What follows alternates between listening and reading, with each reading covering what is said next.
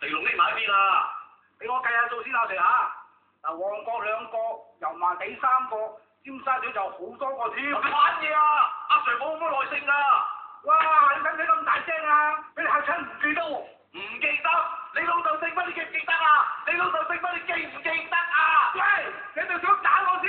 嗱，咩頭你睇到㗎？幫我數先啊！偏，冷靜啲，坐低先啦嚇。好，我飲啖茶先，你聞住先嚇。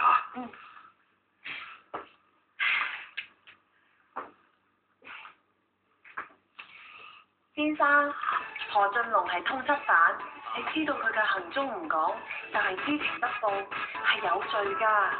先生，麻煩你合作啲，好唔好？四妹，乜好似客戶服務部咁嘅？而家盤問喎。咩頭？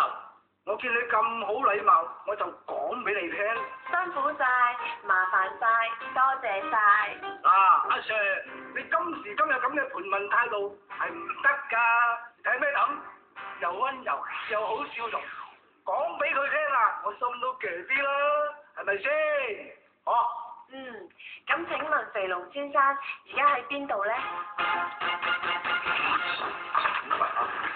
我哋覺唔覺得西利妹呢兩日好唔妥？冇乜嘢啊，反而我覺得咧，佢咧好似好 high 好開心喎。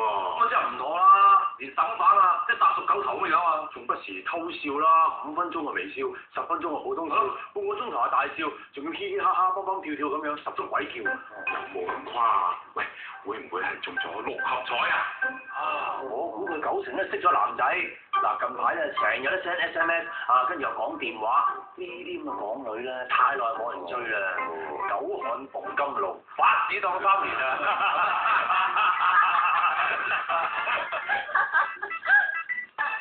芝芝啊，嗰份 report 咧，我 send 咗律政處㗎啦。如果冇其他嘢咧，我走先啦。